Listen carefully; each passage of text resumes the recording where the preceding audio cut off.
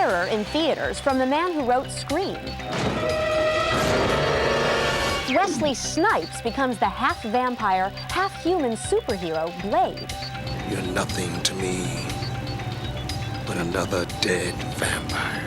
Plus, the professor of Star Trek, the latest sci-fi entertainment news, and the casinos of the future, gambling on the World Wide Web.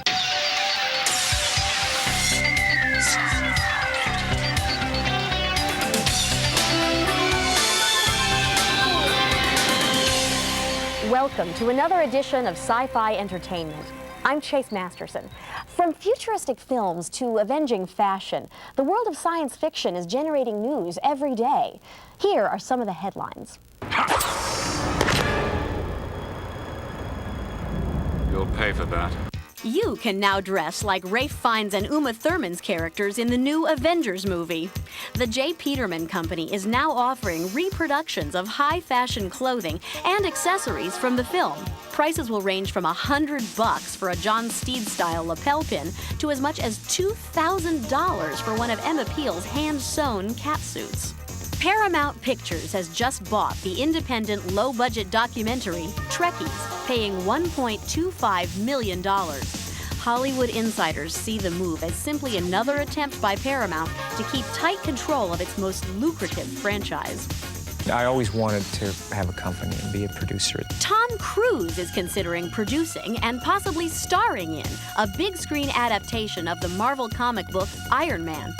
Cruise would play lead character Tony Stark, a Howard Hughes-like billionaire who fights crime in a cyborg-style supersuit. The Iron Man project is still merely in the discussion stages. Stay on top of all the latest sci-fi news by checking the online Sci-Fi Wire. Just point your browser to www.scifi.com. When it comes to sheer movie fear, no one can tingle a spine better than the king of creep, Kevin Williamson. The writer of such hits as Scream, Scream 2, and I Know What You Did Last Summer, it should come as no shock that Kevin's behind the successful Halloween H2O movie as well. It was a challenge that got his blood racing almost as much as the original movie itself.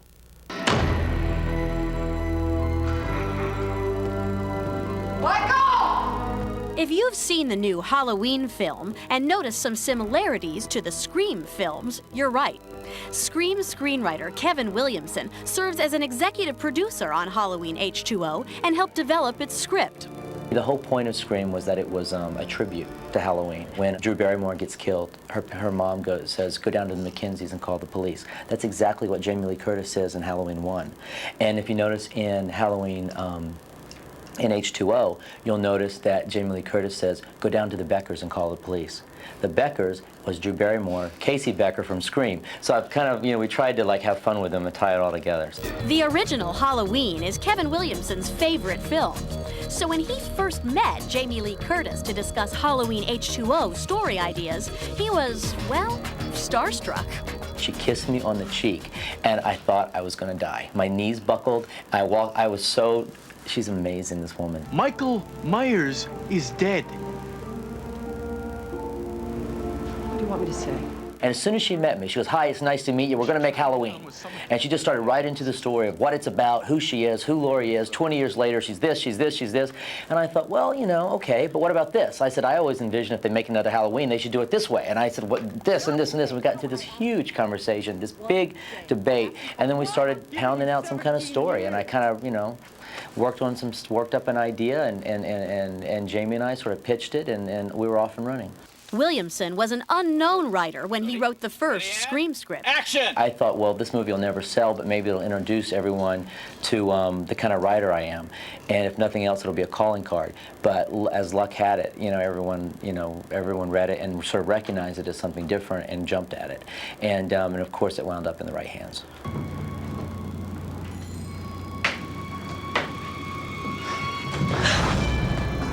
To conjure up scary scripts for films like Scream 2 and I Know What You Did Last Summer, Kevin likes to write in a scary state of mind. I turn on soundtracks. I have the CD to Halloween, the original one with John Carpenter, I think, and Alan Howarth or whatever, and I play it, and I sit there and just type to music, scary music. Then, to capture the right emotions for his scripts, Kevin thinks about some of his own frightening experiences. His scariest real-life situation involves fishing on a boat with his uncle while surrounded by sharks. And I was getting really, I was too scared. And my uncle grabbed me, picked me up by my ankles, and hung me overboard. And he dipped me down in the water, and when a shark would come up to the surface, he'd lift me.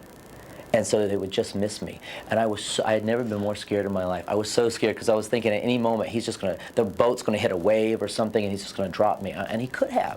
With Halloween H2O racking up a high body count at the box office, Kevin is on to other projects. He's just completed directing his first feature film, a dark comedy called Killing Mrs. Tingle. And he's already penned a third Scream film. It was always a three-part story. We spent all this time with Sidney Prescott. Wouldn't it be nice to spend some time with Gail Weathers? And then I started coming up with a third story. So, but it definitely ends after 3. Now, for those of you who don't stray too far from science fiction and horror, you might be surprised to know that Kevin also has a softer side. He's the creator of TV's sexy teen nighttime soap opera, Dawson's Creek. Sci-Fi Entertainment's Scott Nance finds roulette, cards, and slots in cyberspace. And Wesley Snipes becomes the superhero Blade. In the film Scream, director Wes Craven pulled a Hitchcock. He made a cameo appearance as a school janitor, dressed like Freddy Krueger.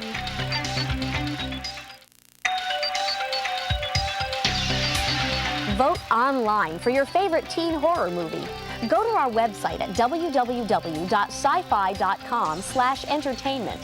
We'll give you the terrifying results on a future edition of Sci-Fi Entertainment.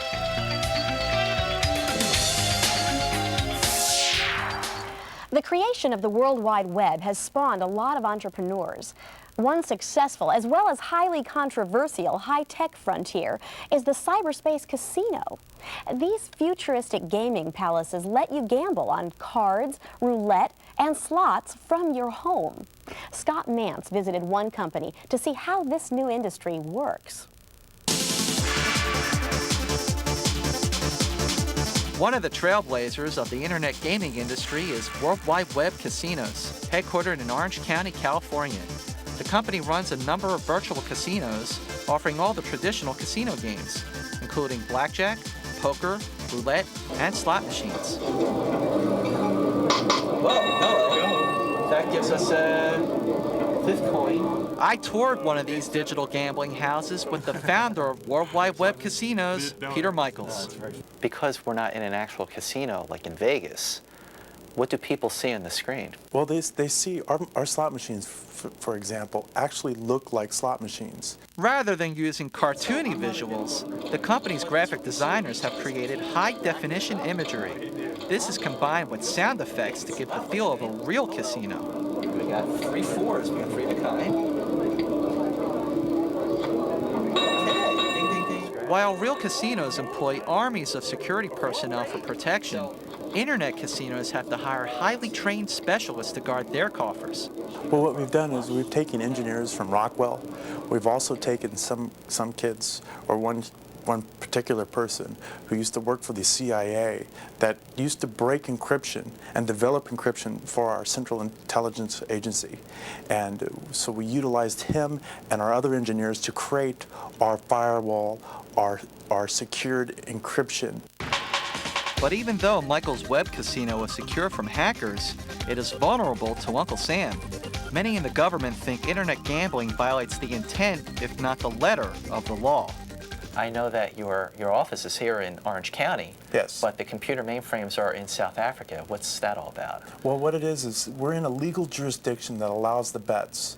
Internet gaming in the jurisdiction we're at, it's legal to do that. We are legal to accept bets from all around the world. We're not breaking any laws because the bet's being placed down in South Africa and the money is in South Africa. Here at this facility in Orange County, we have about 22,000 square feet. We take this. While many powerful forces in Washington want internet gambling outlawed, Peter Michaels doesn't seem worried. He thinks his virtual casinos can become as successful as Vegas casinos. One thing that we can't offer, though, is serving you drinks. We can't serve liquor on our internet casino yet. Of course. We're going to figure a way to do that. I have an idea. Want to share it? Maybe next time. Analysts estimate that $44 million will be bet over the internet this year, with that amount increasing to billions in the next 4 years. That is, unless the government decides to make web gaming illegal.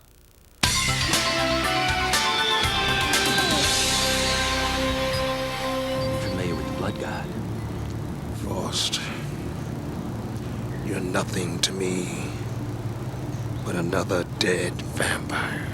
In the new movie, Blade, Wesley Snipes plays an immortal superhero out to rid the world of pesky vampires.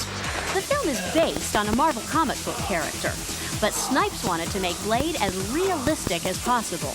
My objective was to just create a guy that was serious, stern, thorough, effective, simple, and complete. You know, and then build the drama around him so you see him acted upon, like all classic dramas, or classic heroic tragedies for that matter. Snipes was passionate about making Blade more than a typical vampire movie. So much so that he signed on as a producer for the film. It's really disheartening to put that amount of work and time into something and then later on have somebody else come along and decide what works, what doesn't, what should stay in the movie and what shouldn't. I didn't want to have to go through that again. And since I was going to put so much of my spirit into it, then I wanted to have some control over what the final product became.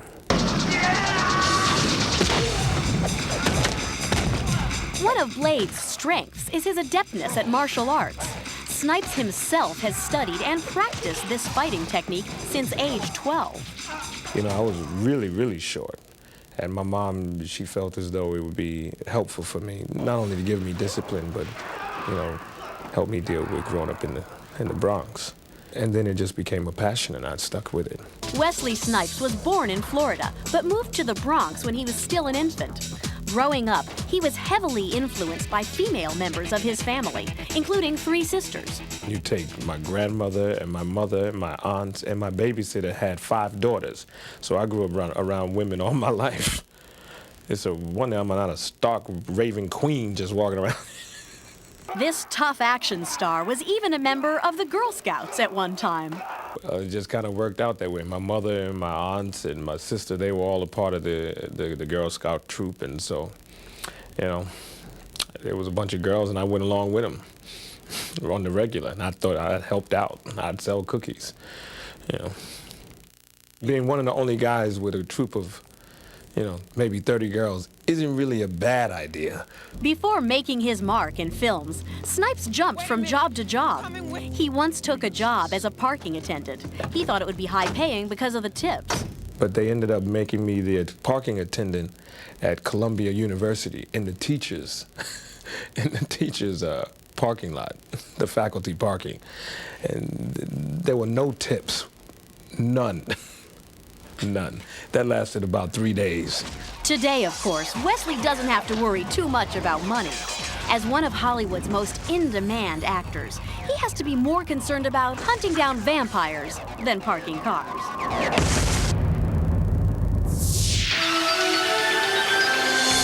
Coming up, the author of a popular self-help book and a college professor. Both use Star Trek as their inspiration. For a whole month of sci-fi entertainment, pick up the Sci-Fi Entertainment magazine. It's available at your local newsstand or by calling 1-800-77-SCI-FI.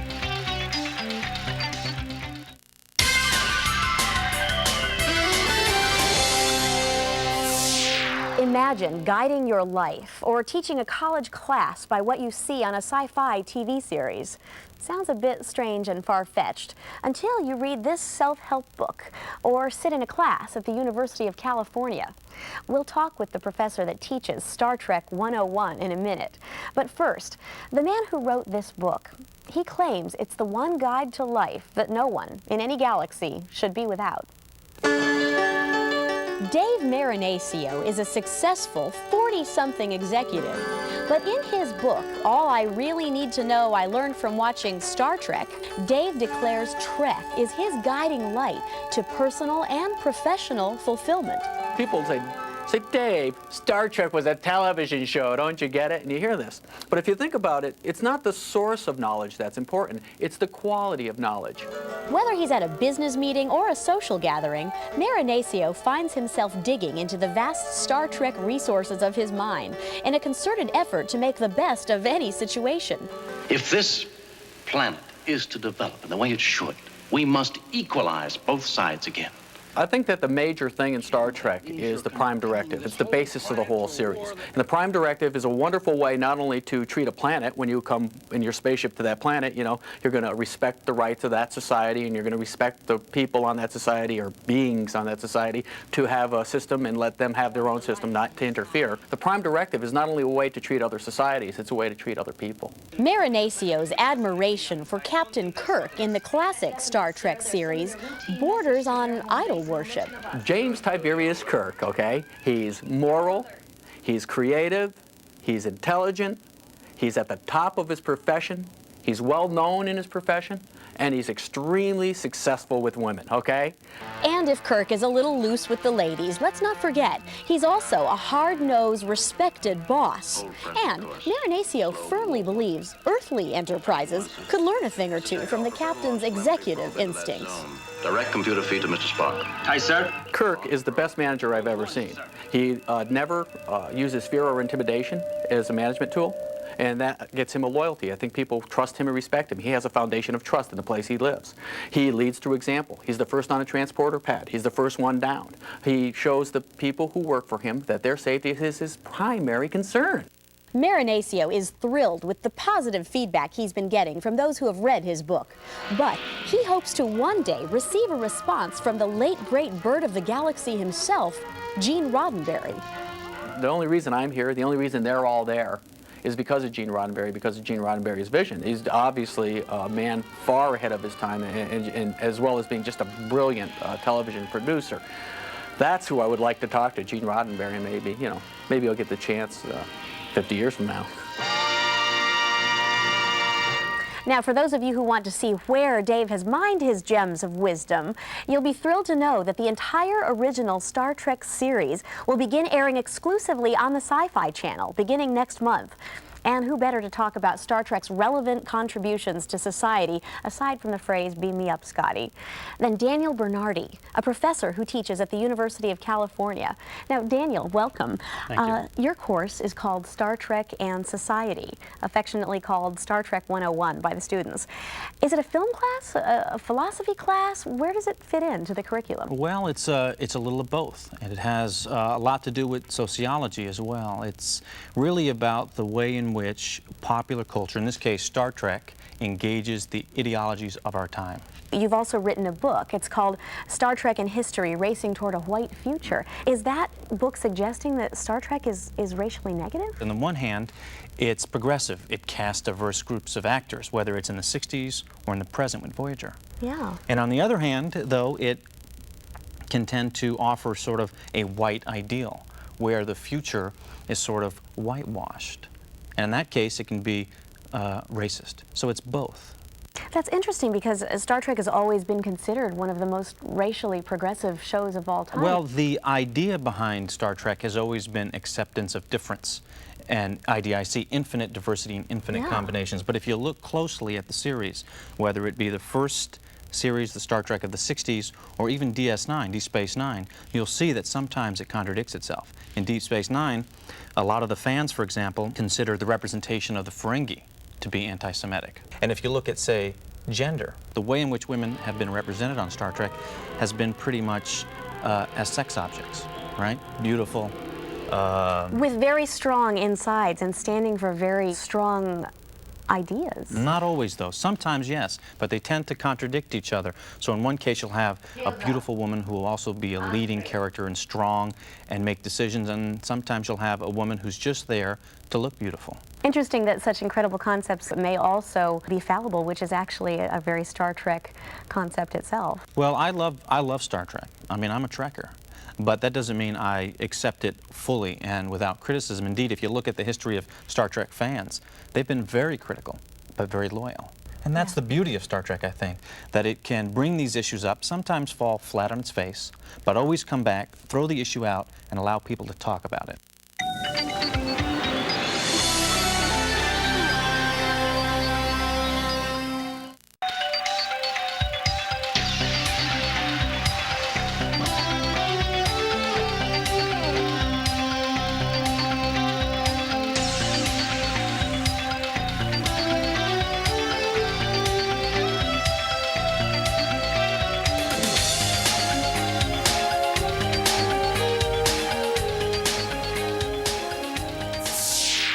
We're back with Dr. Daniel Bernardi, who teaches a college course on Star Trek and society. He's also author of this book, Star Trek and History, Racing Toward a White Future. Now, Daniel, I've got one more question. What issue has generated the most response in terms of discussion and debate in your class? Students often ask the question, if Star Trek's trying to represent a very diverse future, infinite diversity and infinite combinations, why don't they have a gay character living in the future? And then that creates a whole heck of a lot of debate, because some students think they shouldn't, and some students think they should. It's a personal issue. It's also a very political and profound issue, something that our society is grappling with, every day. Interesting. Well, thank you again, Daniel, for joining us in the studio. You've demonstrated once again that Star Trek explores important human issues as well as being great entertainment. That's all the sci-fi we have time for this week. Join us next weekend for another edition of Sci-Fi Entertainment.